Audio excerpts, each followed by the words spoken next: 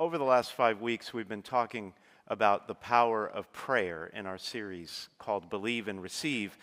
It's based on what Jesus said in the Gospel of Mark: all that you ask for in prayer, believe that you will receive it, and it shall be yours. And so we've been looking at some advice about how to pray. Pray with perspective, pray with belief, pray boldly. And today I just want to offer you one last piece of advice. I want to talk with you about praying with perseverance, persevering in prayer.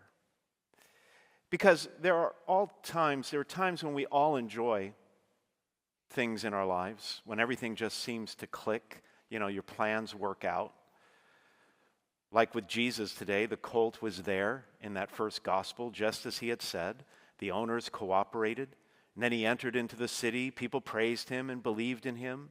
It's very much like what can happen to us.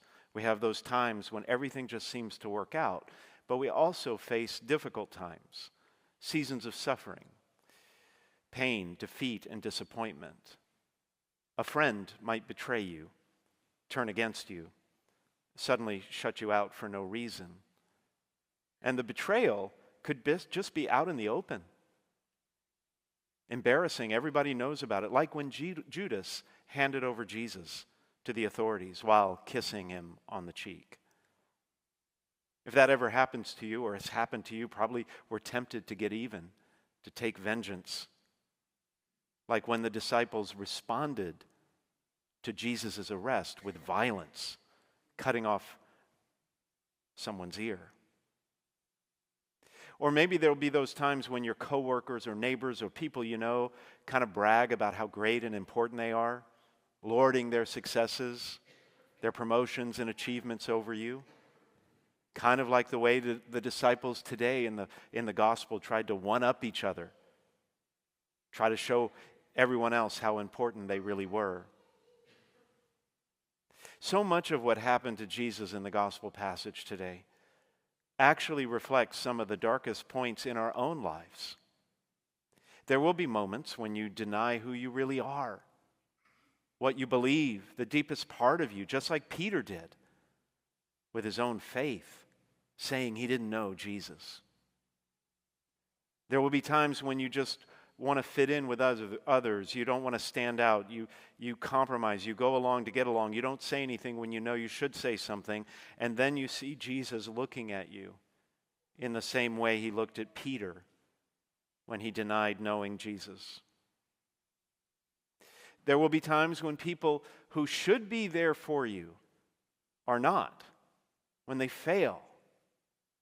Like when Peter, James, and John fell asleep in the garden, leaving Jesus to pray all by himself in his moment of agony.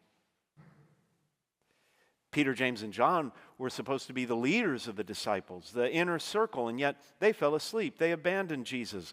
And so sometimes it will shake your faith when those who are supposed to be our leaders, models of integrity, get caught up in scandals and corruption, failures of integrity. And when you look around and you see the violence and the war and the conflicts in the world, chaos in the economy, it may feel like the powers of darkness have prevailed. There might be times when your honesty is called into question. People judge you for something you've done, and they do not believe in you. They doubt you, just like Jesus was judged by the high court in Jerusalem. And in these times, people will accuse you of things you did not do. Enemies will become friends, like Herod and Pilate in the gospel. Even though you're innocent, didn't do anything wrong, they will persist. And others will just simply stand by and watch, not offer to help. There will be a time maybe when you're called to forgive the people who wronged you, as Jesus did on the cross when he said, "Father, forgive them, for they know not what they do."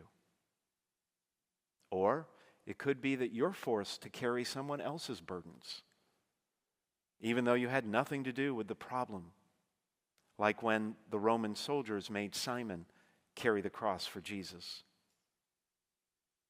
Sometimes what you're facing may feel so difficult, it seems impossible to do what Jesus did. hand his very spirit over into the hands of God. In times like that, when you have no choice but to embrace the cross, pray with perseverance. Jesus promised to give the kingdom to his apostles, and he makes the same promise to us. Like the criminals who did not deserve it, we will have the opportunity to be in paradise one day because of what Jesus went through for us.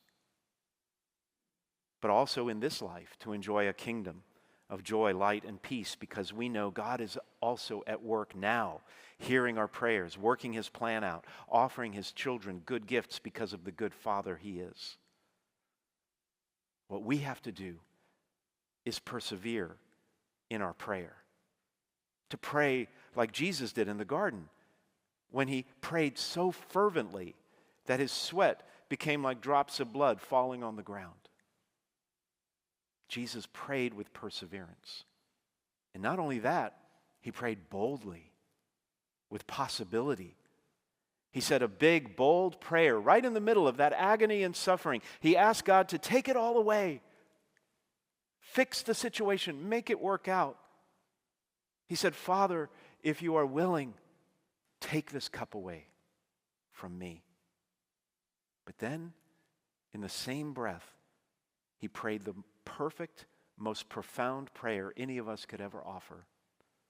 Still, not my will, but yours be done. As we enter Holy Week and recalling the central mysteries of our faith, I invite you to do what Jesus did. Pray fervently, pray boldly, pray that God's will be done. In every moment, Jesus is praying for us, that our faith will not fail, just as he prayed for Peter and all the disciples, that their faith would not fail. As you spend this week walking in the footsteps of Christ, remembering his last moments on earth, pray with perseverance. And remember, whatever you may be going through right now, even in the darkest moments, the light will come. And in the morning, there will be resurrection. There will be victory.